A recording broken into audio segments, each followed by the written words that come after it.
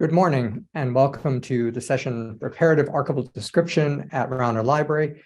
My name is Peter Carini. I'm the College Archivist and Records Manager for Dartmouth College. My pronouns are he, him. And sorry, I'm just looking at my phone because I'm making sure no one's trying to text me something. My entire role here is really just to introduce our panel of speakers and help field questions following the presentation. The speakers will take about 45 minutes of the allotted time, and we will have some time for questions at the end of the session. But we hope that you will stay with us for the continuing conversation at 11 to ask further questions and delve deeper into the issues discussed in this session. So our first speaker is Caro Langenbucher, who uses they, them pronouns and is a processing specialist at Rauner Special Collections Library. Their focus at Rauner is digital collections, and they joined Rauner in February of 2022.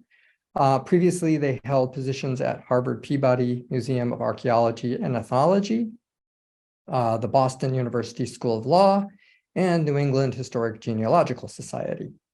They have a master's degree in history and library science with an archival concentration from Simmons University, and a bachelor's degree in English and Brandeis from Brandeis University. Following Caro, we will be hearing from Joshua Shaw, who uses he, him pronouns and is a library web and application developer in the Digital Library Technology Group at Dartmouth Library.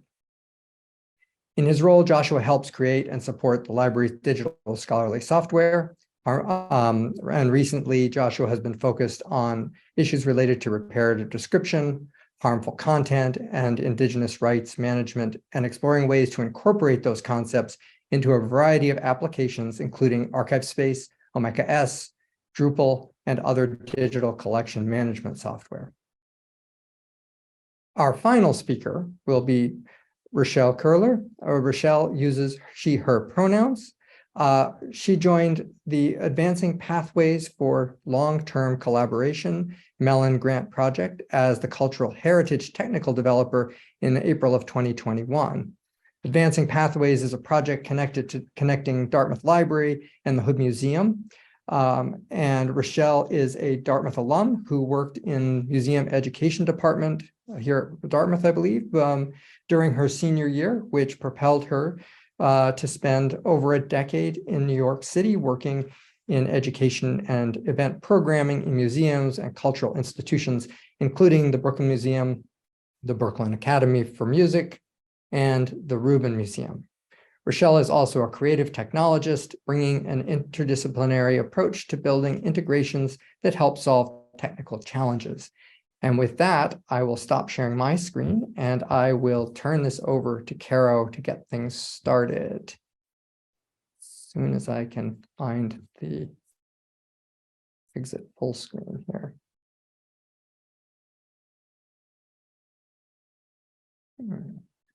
Caro, thank you.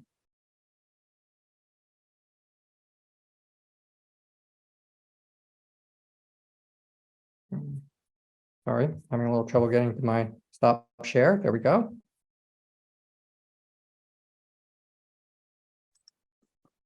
Okay, can everyone see my screen and hear me okay? Great.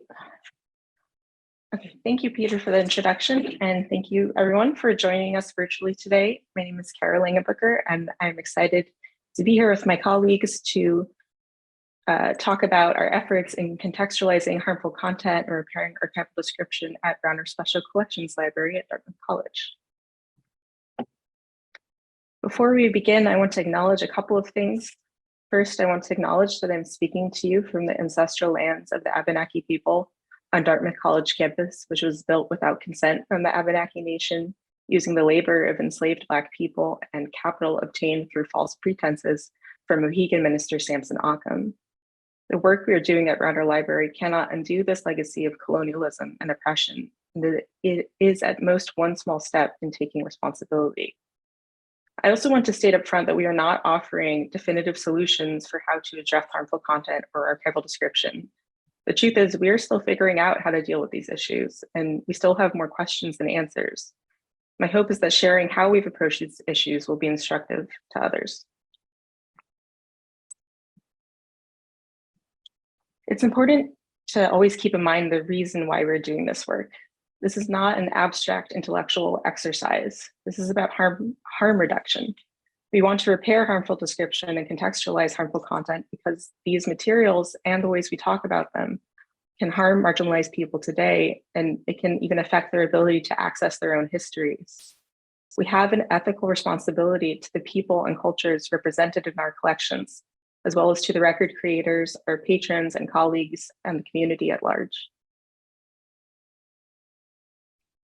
Just some brief background about Dartmouth and Rauner Library. Dartmouth College, in case you didn't know, is a liberal arts college founded in 1769 with a long, fraught history with Indigenous peoples. It was originally intended to be a school for Native youth, but only graduated a handful of Indigenous students before the 1970s. Rauner Library is the home of Dartmouth's rare books, manuscripts, and archives, which was founded in 1928. We hold over 40,000 linear feet of records and about 200,000 rare books. We also have one of the largest collections on polar exploration in the world, which includes material relating to Arctic Indigenous peoples. The images you see here are racial stereotypes of Indigenous peoples that are printed directly on our archival boxes. On the two sides are pictures of the college seal, which was designed in 1944 based on a design from 1773, and it's still used to this day at Dartmouth.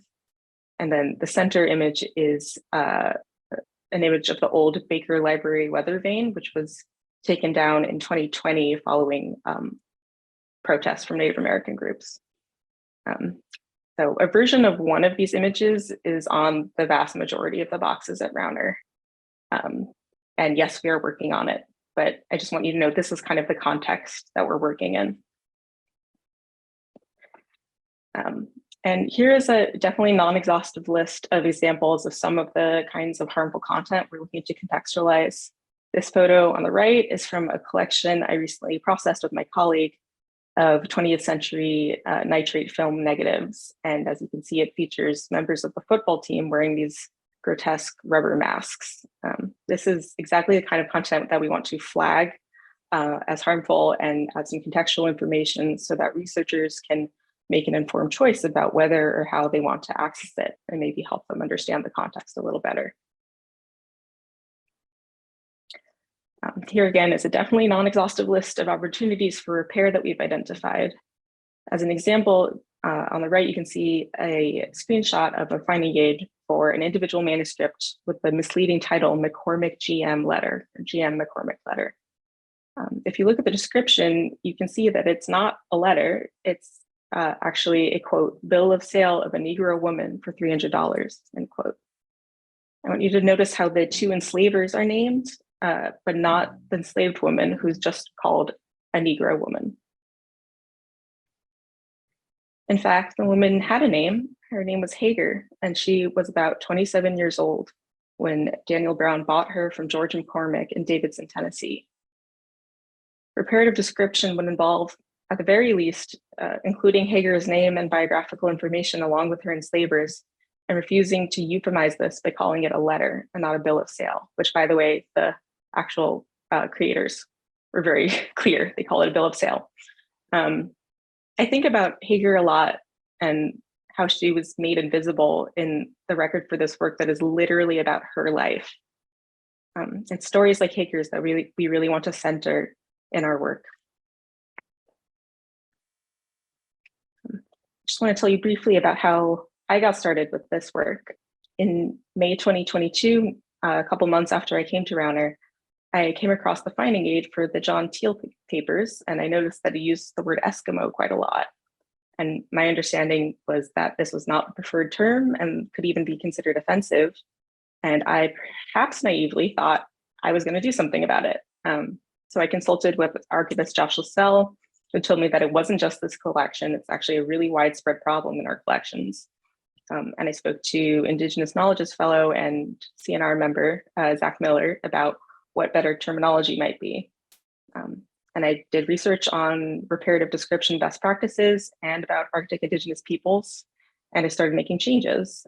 And I later started to question the efficacy of my approach, but more on that later. So that is what really led to the creation of the Contextualization and Repair, or CNR group, so that we could work on issues just like that in a kind of systematic, collective, structural way. But we weren't starting from scratch. We were actually building on work that had begun in 2020 with the Digital by Dartmouth Library Contextualizing group, hence the name Contextualization and Repair. We started meeting every 2 weeks this past summer, and then in the fall, we also split into 2 subgroups to focus on technical processes and writing, and that has been really helpful in kind of keeping us moving forward.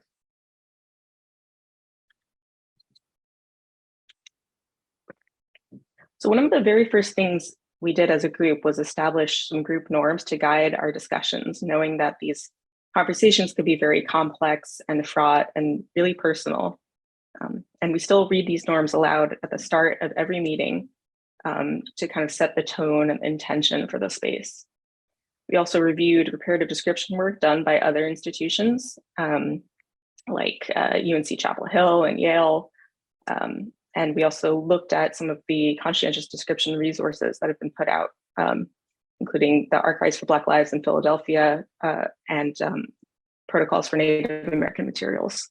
And we worked to define the scope of our work and our guiding principles.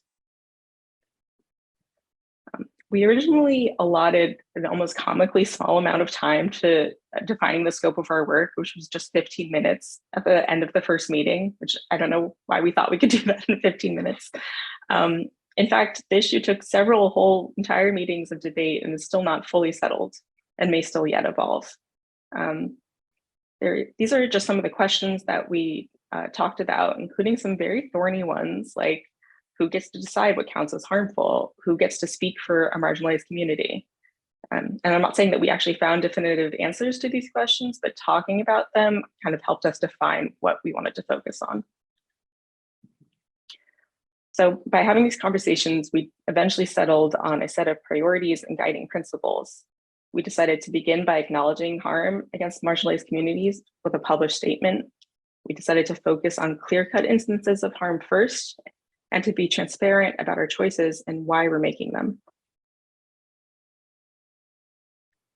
And now I'm going to talk to you about some of the results. Until recently, most of the results that we've produced have been more behind the scenes, like laying the groundwork, but in recent weeks, we started to have a little more that's public facing that I'm going to walk you through. So as a first step, we drafted and posted a statement on harmful content and reparative description on our archive space PUI or public interface, naming the known problems, emphasizing the iterative, collaborative, aspirational, ongoing nature of the work, and also encouraging researchers to consult with affected communities.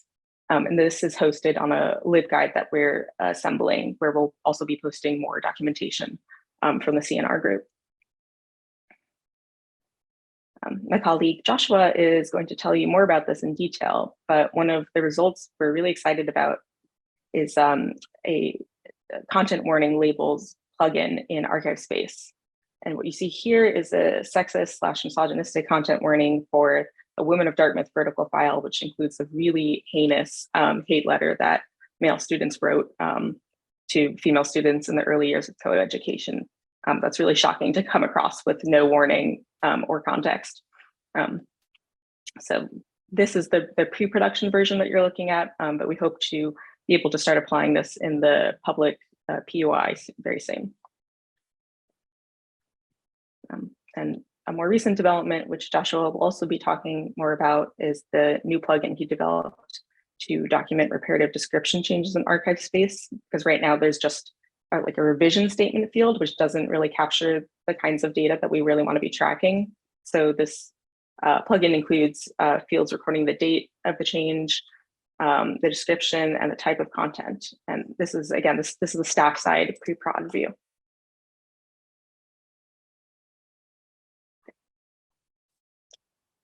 And finally, remember when I told you about finding the word Eskimo in our archival description? So last year, I did go ahead and make changes in archive space using, say, Inuit instead of copper Eskimos, documenting the change in the revision statement field, and downloading a copy of the original finding aid for transparency. But since then, I've learned more and have started to question if I did the right thing. For example, some people actually identify as Eskimo and don't find it offensive and don't think it's a problem. And also the reparative term I chose might not be accurate. I'm not an expert, I just did some research. I'm including this here because I think it really underlines why transparency and iterative processing is important, because it's not just one and done. You might need to revise your revision, and that's okay. You just got to build that into the process. So we're still relatively early on in our efforts, but we have a list of next steps that we're looking to take in the near future. Best practices for reparative description all stress the importance of collaboration with affected communities. We don't want to just ask marginalized people to help us fix their mistakes for free. So we are looking to secure funding to compensate community consultants for their time and expertise. We also want to build relationships and reach out to subject matter experts and community members on Dartmouth campus right in our backyard. Another step we want to take is adding contextualizing labels to our physical boxes with those really offensive images I showed you earlier, and ultimately replace them entirely, but in the meantime, at least acknowledge the harm. And really importantly, we're going to continue to build workflows and processes for documenting the changes we are making in our collections that can be sustained for the long term.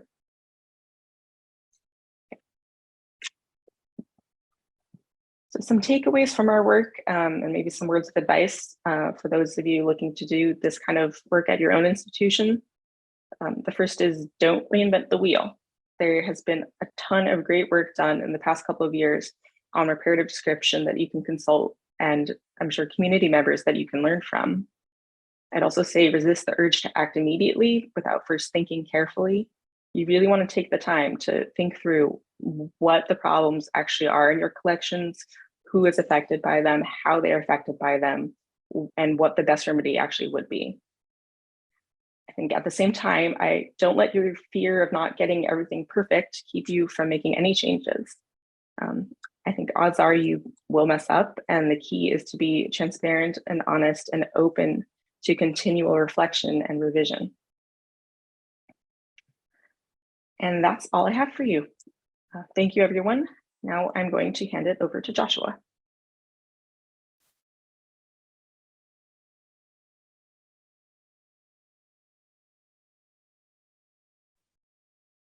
Hi, everyone. I hope everybody can see my screen. I'm Joshua Shaw, he, him pronouns, as Peter mentioned. I'm a developer here at Dartmouth Library.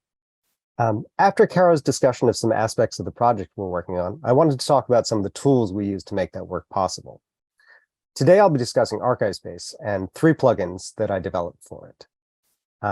One to help us tag potentially harmful content, one to track reparative description changes we make, and a third that integrates local contexts, labels, and notices. Local context, for those of you who aren't familiar with that, provides protocols, tools, and workflows for Indigenous communities so that they can retain control over how their data is collected, managed, displayed, accessed, and used in the future. And I'll also echo what Caro said about Dartmouth College being located on the ancestral lands and waterways of the Abenaki.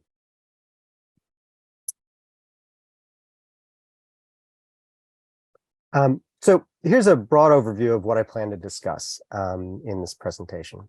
So I plan to give everybody a brief overview of ArchivSpace, what it is, how we use it, how the workflows for a tool like this differ from a standard cataloging workflow.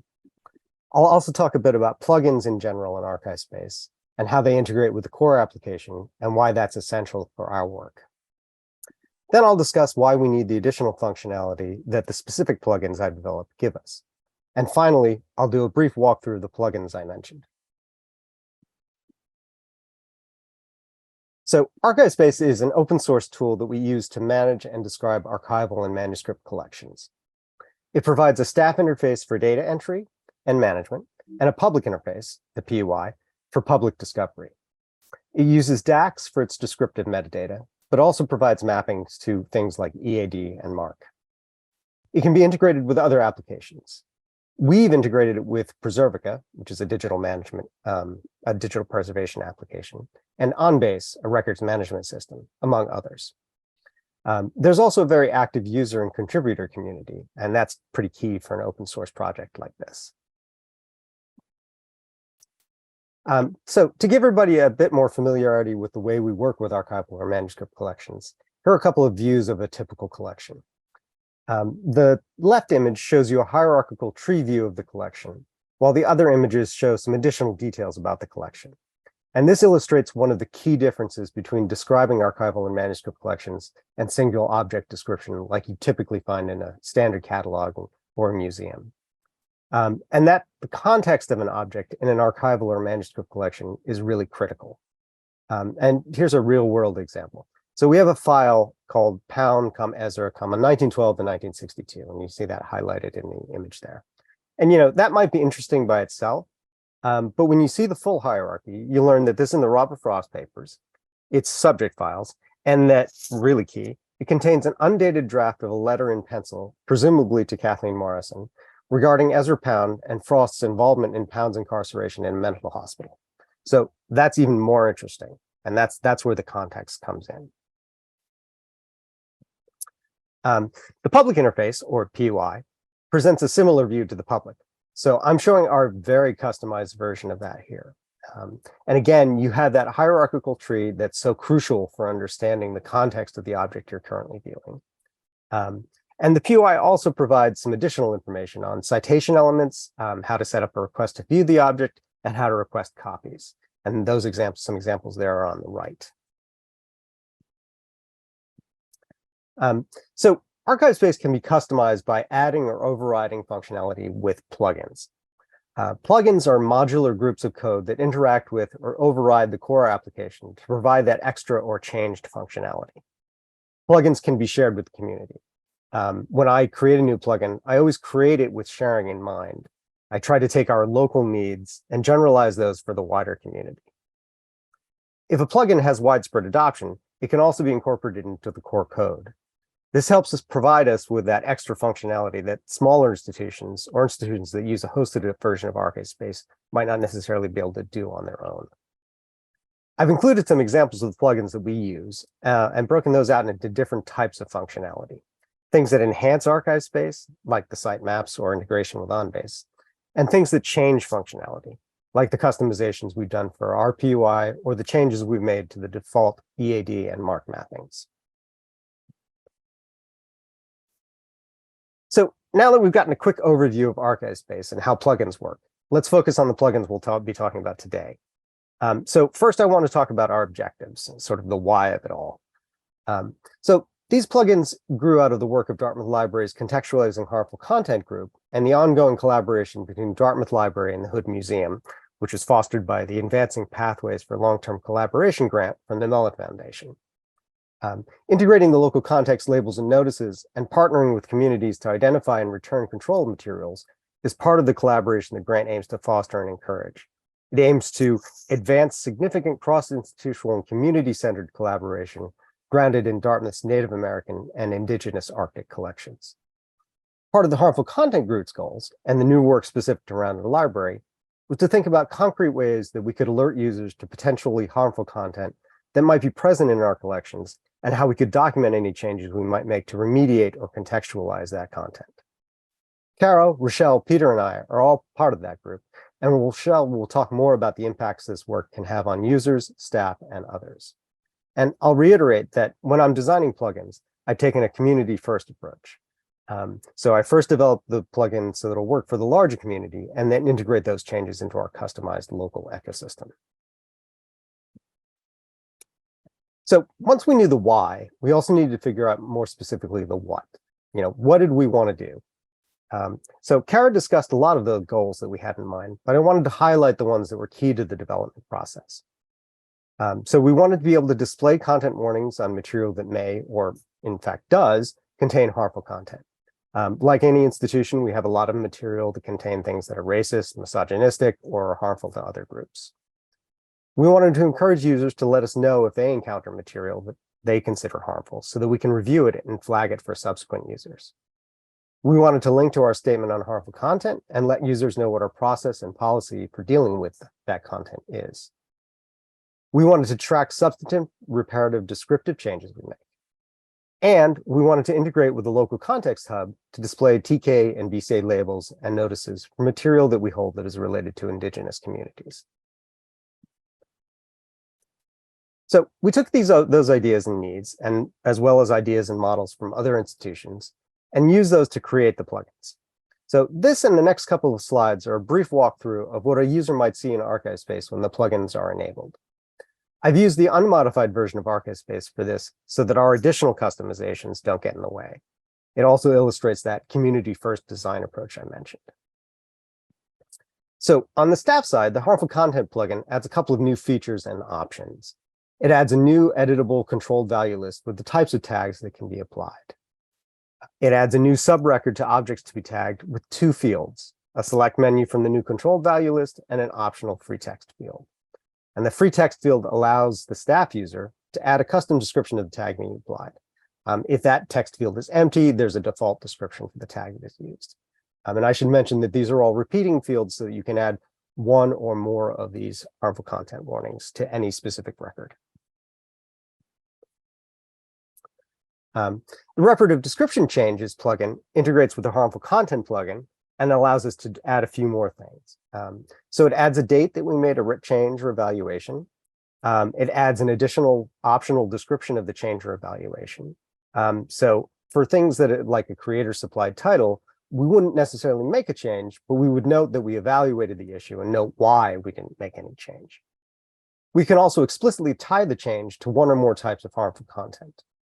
And again, there's some default text that's applied if the staff user who's doing the data entry doesn't supply a description or change or evaluation. The local context plugin, which is the third plugin we're discussing, also adds a couple of new features and options. It adds a new project record. So a project record requires the local context hub project ID, and that's the unique identifier that links the 2 applications together, and a user-supplied human-readable name for the project. And then for any object where you tie the local context project to an object in ArchiveSpace, it adds a new subrecord that links those 2 together with a typical ArchiveSpace type ahead. Staff can also view the local context data to verify it. So when you're in the staff view, you can actually see the local context data. And that includes the formatted labels and notices and a view of the raw JSON data. And I should also note that if translations or audio are available for the label or notice, those are available as well. This shows you what a user would see on a typical collection page in the PUI. And this is for the harmful content plugin. You can see the link to the harmful content statement right below the general navigation, as well as some example tags and a link to encourage user feedback below the title of the collection. And the tags themselves link down into the body of the collection description, where the tags are described in more detail and provide context for why they appear. This shows you what a user encounters when they submit feedback about an object. For our local instance, we've added some additional language that further describes the process. And this is a configuration option that others can change to suit their local needs. And I wanted to just remind people that this community-driven feedback was one of our goals. We wanted to allow users the opportunity to, if they encounter something that they consider harmful, to alert us to that. And this shows you what the reparative description changes plugin display looks like on the PUI side. It essentially adds a new section in the record details, and this can be displayed as a simple list and can be configured to sort either by date, either ascending or descending, or as this entered on the staff side. Finally, the local context integration has a similar appearance in the PUI. It adds the labels and notices images for the linked project just under the record title. Each image is then linked to the full label or notice text in the body of the record. The body of the record adds a new subsection, which includes the label and notice details, a link to the project on the local context hub, and any translation of the labels or notices. Labels details also include the name of the community responsible for the label. And I want to note that I worked closely with the local context team to create the plugin to ensure that it met both the archive space community needs and followed best practices for use of the local context labels and notices. So this is a bit of a technical aside, but one question we asked ourselves was, how do harmful content tags or local context data affect objects that are further down the hierarchy? So you remember that the way that archival description works is you have a hierarchical description where it sort of starts at the collection level and then works its way down to the most specifically described object within the collection. So, for example, if we tag a series, and a series is a group of objects that are intellectually related, so you can think of something like a group of correspondence, should that tag be inherited by the files in that series? And ultimately, the answer to that question was yes, unless a file in the series was more specifically tagged. So basically, if a file is linked to, it has its own content warning, for example, that file would display that specific content warning. Otherwise, it would display the content warnings from the parent series. I also discussed this with the local context group, and they felt that the same inheritance model should apply to labels and notices. So here's again, how that inheritance works in practice. Tags or linked project data are inherited down the tree unless an object is itself directly tagged or linked to a project. And the PUI displays that inheritance. Objects that inherit tags or project data details display those with a link to the object the tag or project data is inherited from. And here's an illustration of that in the PUI, specifically for the harmful content tags. And you can note that the collection tags are inherited by the series that is not itself tagged. So that's, you have the series at the top, and then, or the collection at the top rather, with content warnings. On the left, you can see that the series inherits those content warnings from the collection. And on the right, you can see that the series that has been directly tagged does not inherit those, but displays its own content warnings.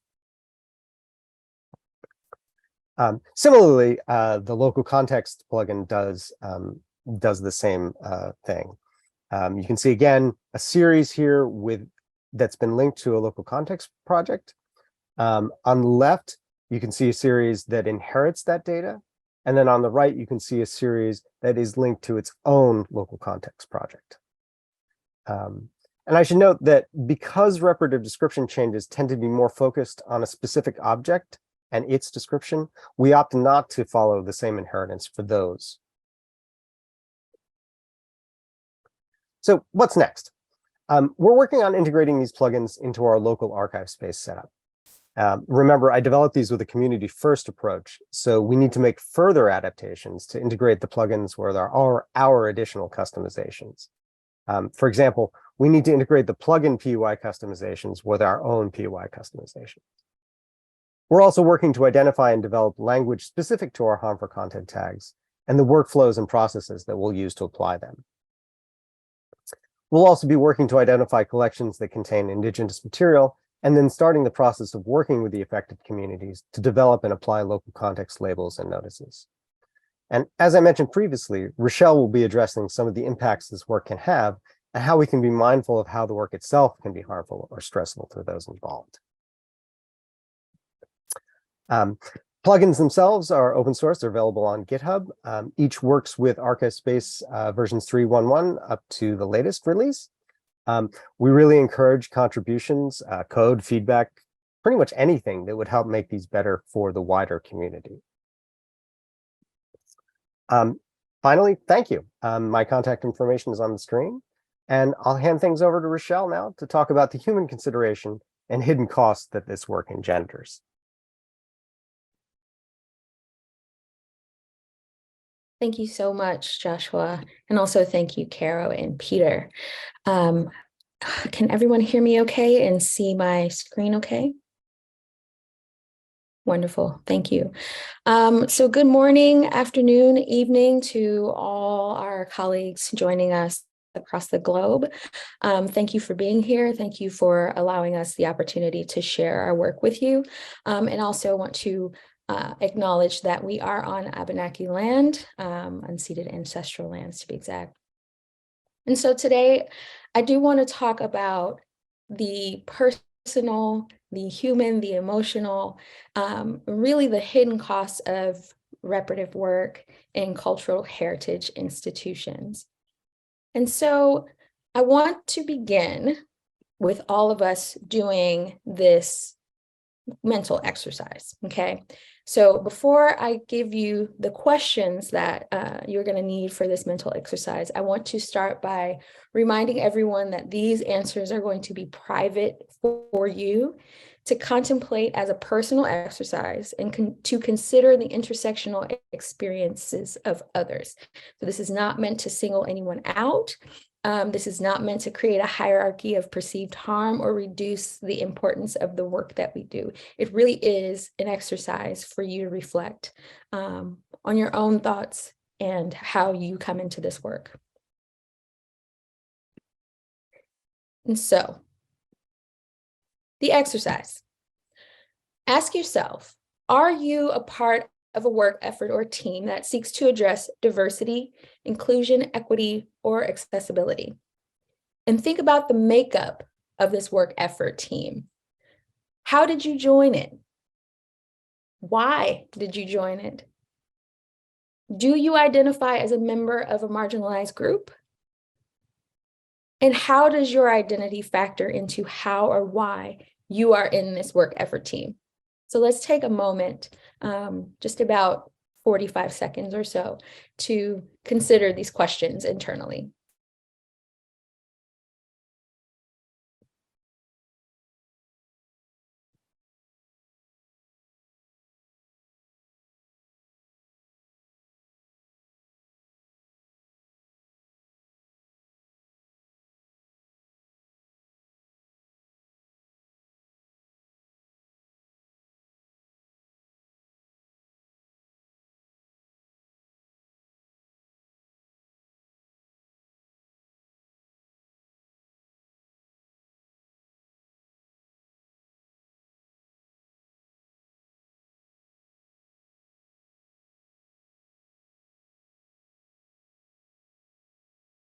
So 45 seconds alone in your mind can be a long time, but it's good to use that time to reflect. And the reason I'm asking everyone to reflect is because talking about the additional or hidden costs behind this work is really going to help us understand our own positionality and also the intersectional experiences of others. So I want to talk about emotional labor. What is emotional labor? The term emotional labor was coined by sociologist Arlie Hochschild in 1983 in her book, The Managed Heart, Commercialization of Human Feeling. So at that time, Hochschild defined emotional labor as a workplace-only occurrence. But in the decades since, emotional labor has grown to be used in our society to describe the unpaid, often invisible work done by one person or groups of people to quell the needs or demands of others, both in the workplace and in social and domestic situations. So who usually bears the burden of emotional labor? Let's get real.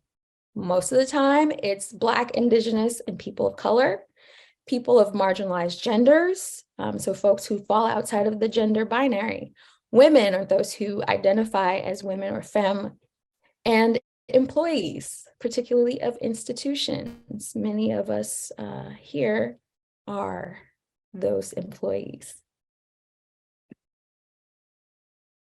And so how this work, meaning our contextualization and reparative work that we're doing to address some of these harmful collections and harmful content in our collection, it usually falls to members of marginalized communities in doing that work. So that is something that is usually added on top of regular work duties. It doesn't usually fall into something that's paid. So remember that idea of invisible unpaid work. It could include the reopening of wounds. So say, for example, some things have already been addressed. Some Dartmouth examples are the Indian symbol and the weather vane that have already been taken down, but talking about that and sort of seeing some of that imagery again and again can bring up things that have already been addressed internally and reopening of wounds. And that also falls into this idea of continuous triggering of past harmful experiences. So if you are a person of a marginalized group, or you have a marginalized identity, you might be consistently and constantly triggered by dealing with this work, because you have to contend with the issues and also contend with your own placement and involvement in those issues. This can create feelings of powerlessness and hopelessness. If you are doing this work, wanting to make change, and not seeing the needle move very much, it might make you feel a little bit like a failure. Also, some of the ways in which members of marginalized communities who fall into doing this work deal with some of this is by censoring or deliberately not sharing thoughts to avoid making others uncomfortable. So say you're in a meeting, someone says something offensive, you know what, I'm not going to speak up. I'm going to just stay on mute, or I'm going to go off camera so that I don't make someone feel like I'm singling them out, even though they are the person that is causing harm.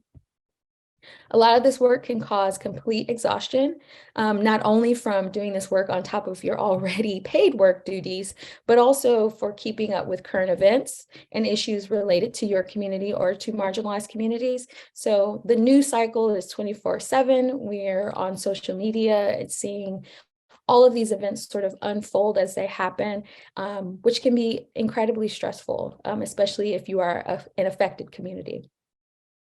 This work also includes internal conflicts regarding your career, your personal safety, and other major life decisions. So employer trust may come into question. So again, if we're employees of an institution and you speak up about issues, or you're a part of the work to address issues that have been traditionally ignored or sort of overlooked by institutions, you can start thinking about employer trust. Like, do I want to work for an institution that isn't addressing these issues, or is the institution going to trust me because I'm speaking out against some of these issues?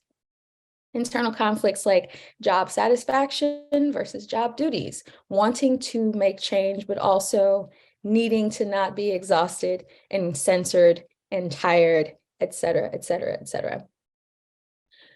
The other two issues that might come along with this in internal conflict is perceived professionalism. So using myself as an example, I'm thinking about whether or not my colleagues see me as professional based on my hairstyle or the clothes I wear.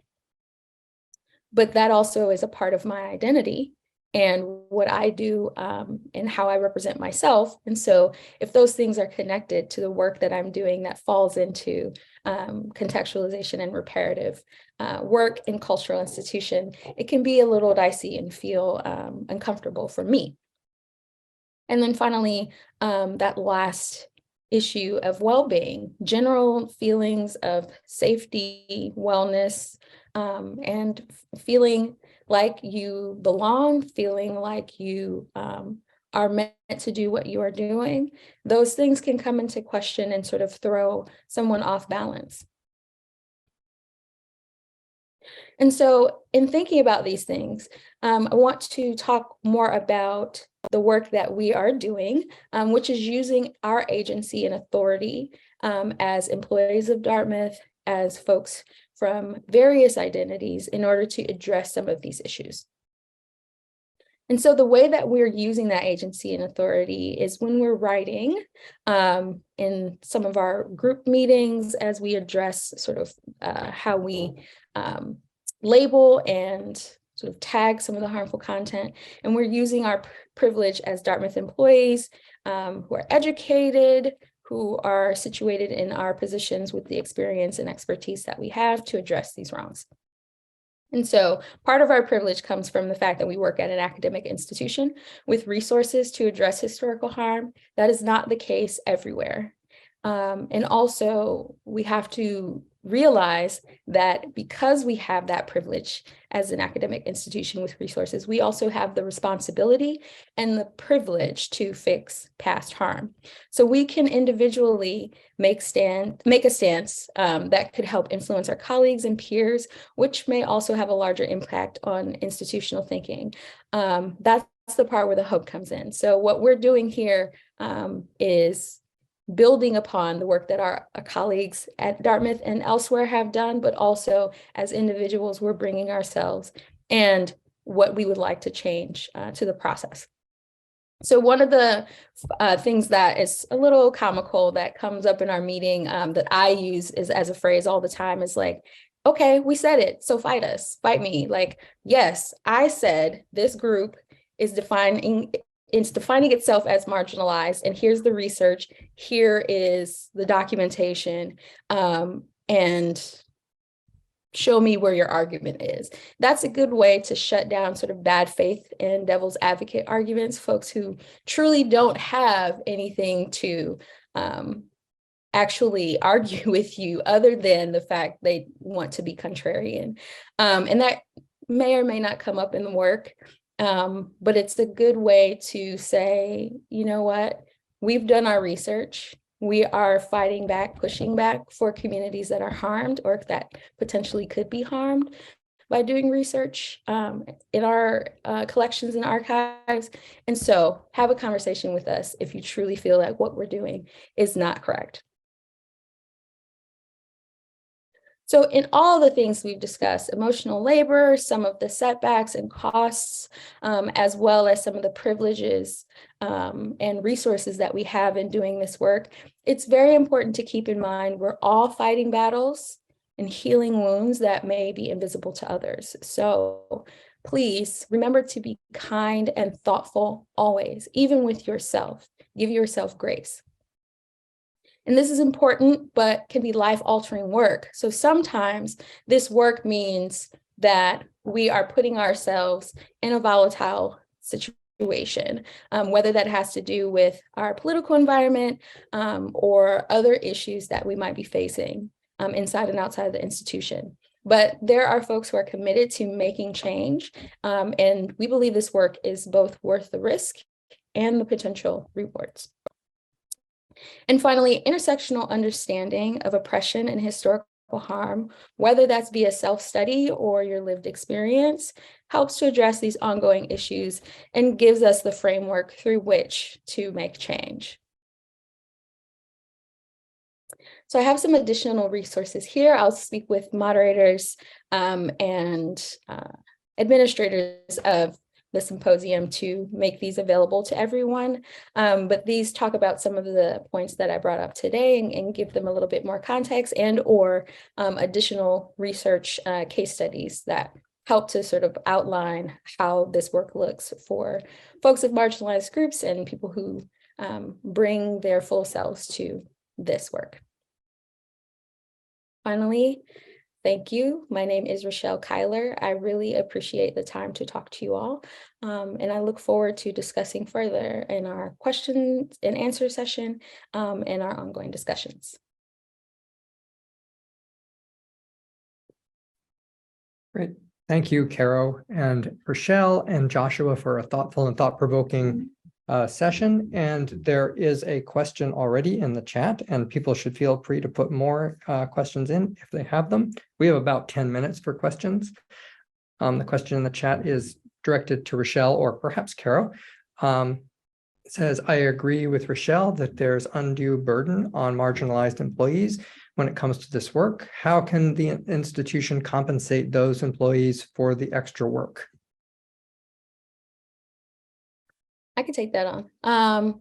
I think there are two things that come to mind for me. I'm sure there are multiple ways to address that issue, but one is just that, compensating employees for the extra work so that it's not voluntary, so that it is not on top of duties that they're already responsible for.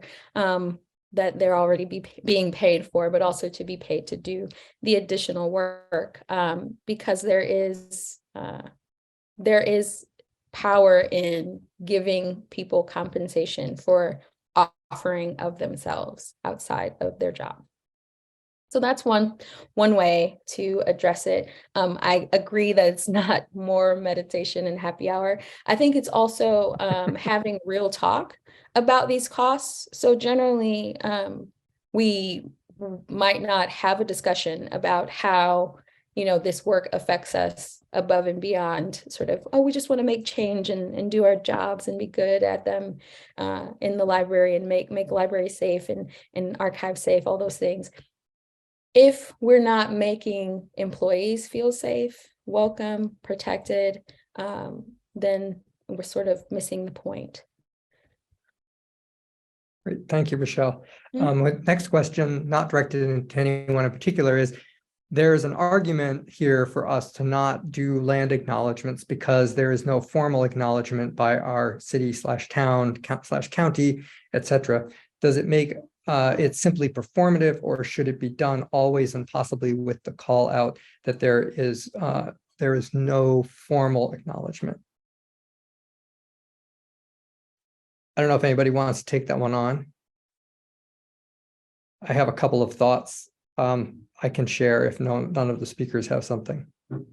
I can jump in just personally. I think it's good to remind people, and that if you say that, then that's potentially a way to push back against and push up the chain, so that it become people in your community, your institution, become more aware of that issue, and that may trickle out and out and out, and so it's sort of a way to start maybe start a grassroots sort of movement of that sort. And I would just say that you can think of it as sort of the first step. It shouldn't just be the beginning and the ending of your respect for Indigenous communities to be like, we're on their land, and then proceed as usual. And I think the work that we're doing at Rauner, it's kind of pretty central to what we're doing, which is about respecting Indigenous communities. But I agree there's a risk of it just becoming a pro forma kind of perfunctory acknowledgement that doesn't actually lead to anything.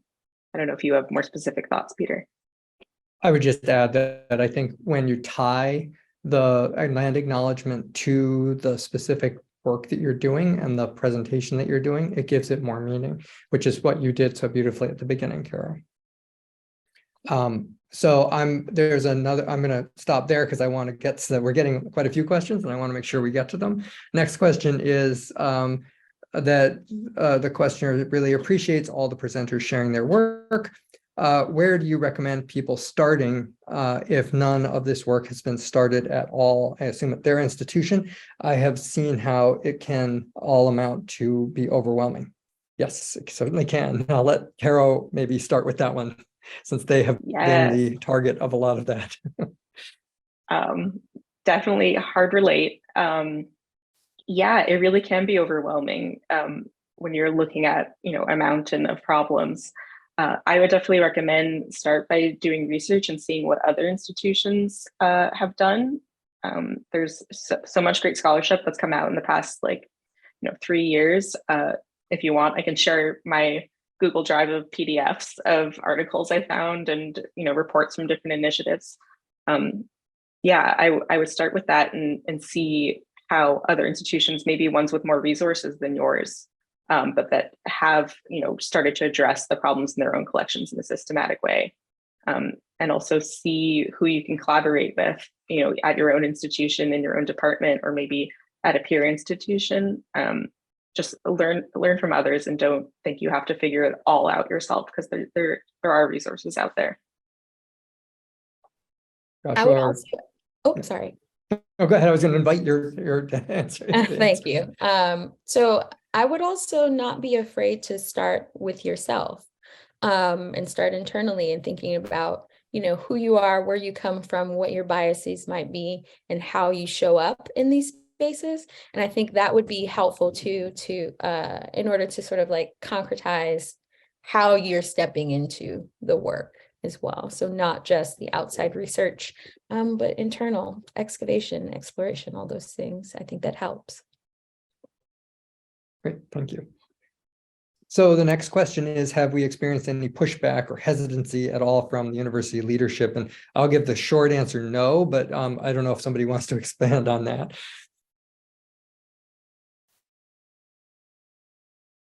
I think you would know better. So I would say we haven't, and that there is there's a strong awareness at Dartmouth right now about its past, particularly in terms of its past with Indigenous people. We're working on how to get them to understand their past with slavery, and they're in fact in April, about a year ago, in April of 2022, we repatriated the Samson Occam papers, returned, really, because repatriation is a technical term, but we returned the Samson Occam papers to the Mohegan tribe. And the next question, can you speak more about fighting pushback that comes from a political agenda, especially in red states where a conservative person complains about something as simple as a harmful language disclaimer and claims First Amendment violations and asks for proof that this language is harming anyone? Can the field organize resources to combat this? It's an excellent question. I'm not sure who wants to take that one on. I mean, this is a clear example of Richel's comment about, we said it, fight us. I don't know if you want to elaborate more about that. Yes, indeed. Thank you. Yeah, I mean, one thing that is helpful or has been helpful for me is to sort of ask people what they mean when they ask these questions and what they're trying to get at, because that can normally like stop a person like, oh yeah, I have to explain why I have so much hate. Oh wait, I have to explain why I don't understand these things. That could be one tactic. Another tactic, again, could be, we said it, fight us. Here are the resources. And we do this in our work. We list, the places where we've gotten previous scholarship, because we're not reinventing the wheel. Folks have been doing this research and doing this work for centuries. And so we can call on those resources at any time to say, here's where it's listed that this is harmful and why. Here's where it's listed that this is harmful. Encourage folks to read and do research, because that material is often available right in, another section of the same library where you're in. So I think just continue to use the factual information that exists to push back and point people to the resources, because it's hard to argue with factual evidence. Thank you, Richel. We have about 2 minutes left. I'm going to try to speed through a couple more questions. If we don't get to your question, I'm assuming, Meredith, that these will still, we'll find a way to hold on to these and we can try to answer them in the continuing conversation. So there's a as the person says, a very, very prosaic question on the archive space plugin. How do those tags appear in EAD serialization in terms of namespace, et cetera? So that's obviously me.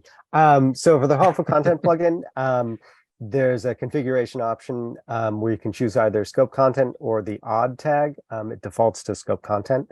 For local context, there's a whole mapping that's in the plugin, but pretty much each of the labels or notices maps to one of custode hist, use restrict, access restrict, and I think odd in 1 or 2 cases. I should also note that I'm still working with the local context team to sort of refine that mapping, just to make sure that the intended use of the labels and notices matches as best we can the EAD tags themselves. And often that's sort of it's a little bit fuzzy because there's not there's not a definitive, yes, this means this in EAD land. So it's still a work in progress in that particular case. Thank you, Joshua. We have about a little less than a minute left. I'm going to try to get this one last question in. This person is interested in search terms. If Eskimo has been repaired to Inuit, For example, can you still search under Eskimo? Someone might have the old citation search by, etc. Yeah, no, that's a really great point. And when I was doing this work last year with the Eskimo issue in our archival description, I decided to keep the old search term in the text by saying, like, this group of records has to do with this man's work with the Inuit, who are, and then in parentheses, referred to as copper Eskimos. So if somebody doesn't know, that their endonym, that they would still be able to find it if they searched copper Eskimos. And that's just, it would be, you would be able to find it with the keyword, a plain keyword search. Yeah, and I should say, from a technical point of view, one of the places that we could use the reparative description change plugin is if we document that change, we can indicate to the indexer for the search that it should pick up that description. And so even if the term that is no longer preferred doesn't show up in the descriptive metadata for the object, it would still show up in the attached reparative description bit, and so would still become a hit when somebody searched for that term. Great. Thank you all. We run out of time. There is one last question, and we will save that for the next session and answer that there. And I hope that the person who asked that question is able to join us there to hear the answer. Thank you all very much.